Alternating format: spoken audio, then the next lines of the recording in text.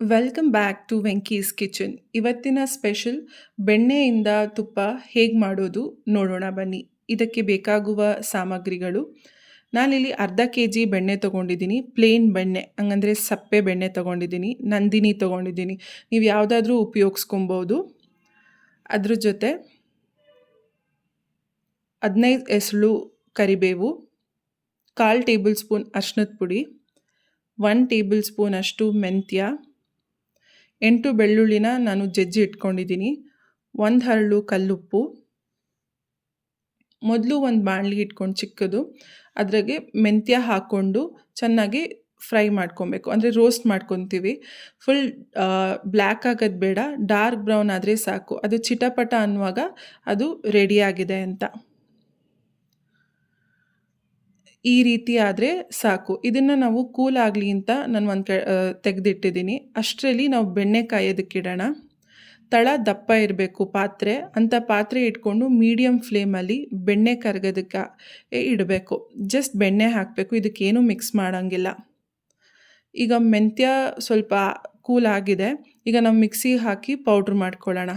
ಇಷ್ಟು ಪೌಡ್ರ್ ಆದರೆ ನಮಗೆ ಸಾಕು. ಈಗ ಬೆಣ್ಣೆ ನಮಗೆ ಈ ಹಂತದಲ್ಲಿ ಎಷ್ಟು ಕರಗಿದೆಯೋ, ಈಗ ಒಂದು ಸ್ವಲ್ಪ ಕಾಲು ಭಾಗದಷ್ಟು ಕರಗಿದೆ, ಸಾಕು. ಈ ಹಂತದಲ್ಲೇ ನಾನು ಮೆಂತ್ಯ ಪುಡಿ ಸೇರಿಸ್ಕೊಂಡೆ. ಅದ್ರ ಜೊತೆ ಬೆಳ್ಳುಳ್ಳಿ, 1 ಹರಳು ಕಲ್ಲುಪ್ಪು, ಕರಿಬೇವು, ಅರಿಶಿನದ ಪುಡಿ.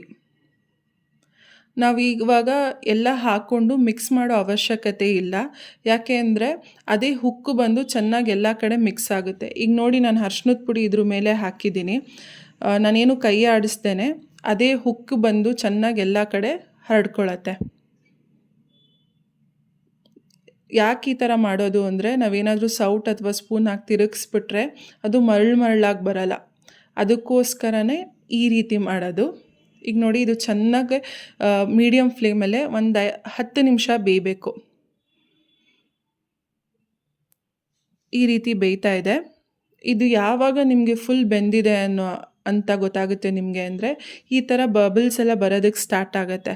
ಬಬಲ್ಸ್ ಸ್ಟಾರ್ಟ್ ಆದಮೇಲೆ ಒಂಥರ ಈಗ ಹುಕ್ ಬರೋ ಥರ ಆಗುತ್ತೆ. ಈ ಹಂತಕ್ಕೆ ಬಂದ ತಕ್ಷಣ ತುಪ್ಪ ಆಗಿದೆ ಅಂತ. ಸೊ ನಾವು ಆಫ್ ಮಾಡ್ಬೋದು.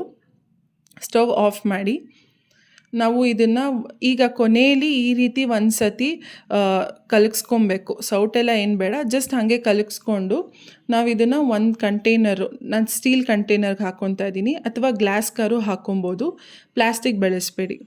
ಹಾಕ್ಕೊಂಡು ಈ ರೀತಿ ನಾವು ಒಂದು ದಿವಸ ಕೈ ಆಡಿಸ್ಬಾರ್ದು, ಹಾಗೆ ಒಂದು ಕಡೆ ಎತ್ತಿಡಬೇಕು. ನಾನೀಗ ಕ್ಲೋಸ್ ಮಾಡಿಬಿಟ್ಟು ಒಂದು ದಿವಸ ಫುಲ್ ಎತ್ತಿಡ್ತಾ ಇದ್ದೀನಿ. ಯಾಕೆಂದರೆ ಅದು ತುಂಬ ಚೆನ್ನಾಗಿ ಗಟ್ಟಿಯಾಗಿ ಚೆನ್ನಾಗಿ ಹೊಂದ್ಕೊಳ್ಳತ್ತೆ ಅಂತ. ಸೊ ನೆಕ್ಸ್ಟ್ ಡೇ ಓಪನ್ ಮಾಡಿದ್ರೆ ಈ ರೀತಿ ಬಂದಿರುತ್ತೆ ನೋಡಿ. ಈಗ ನಾನು ನಿಮಗೆ ತೋರಿಸ್ತೀನಿ ಸ್ಪೂನ್ ಹಾಕಿ ಯಾವ ರೀತಿ ಬಂದಿದೆ ಅಂತ. ತುಂಬ ಚೆನ್ನಾಗಿರುತ್ತೆ. ಮನೇಲಿ ಮಾಡೋದಕ್ಕೂ ಅಂಗಡಿಯಿಂದ ತರೋದಕ್ಕೂ ತುಂಬ ವ್ಯತ್ಯಾಸ ಇರುತ್ತೆ. ಮನೇಲಿ ಟ್ರೈ ಮಾಡಿ ನೋಡಿ. 1 ಸ್ಪೂನ್ ತಿನ್ನೋರು ತುಪ್ಪನ 2 ಸ್ಪೂನ್ ಹಾಕ್ಸ್ಕೊಂಡು ತಿಂತೀರಾ. ಅನ್ನ ಸಾರು, ಚಪಾತಿ, ಇಡ್ಲಿ, ದೋಸೆಗೆಲ್ಲ ತುಂಬ ಚೆನ್ನಾಗಿರುತ್ತೆ. ಈ ತುಪ್ಪ ಮಾಡಿದ್ರೆ ಪಕ್ಕದ ಮನೆಯವ್ರಿಗೆ ಗೊತ್ತಾಗ್ತಿರತ್ತೆ, ಅಷ್ಟು ಚೆನ್ನಾಗಿರುತ್ತೆ. Thank you for watching. ಇಷ್ಟವಾದಲ್ಲಿ ಲೈಕ್, ಶೇರ್, ಕಮೆಂಟ್ ಮುಖಾಂತರ ಪ್ರೋತ್ಸಾಹಿಸಿ.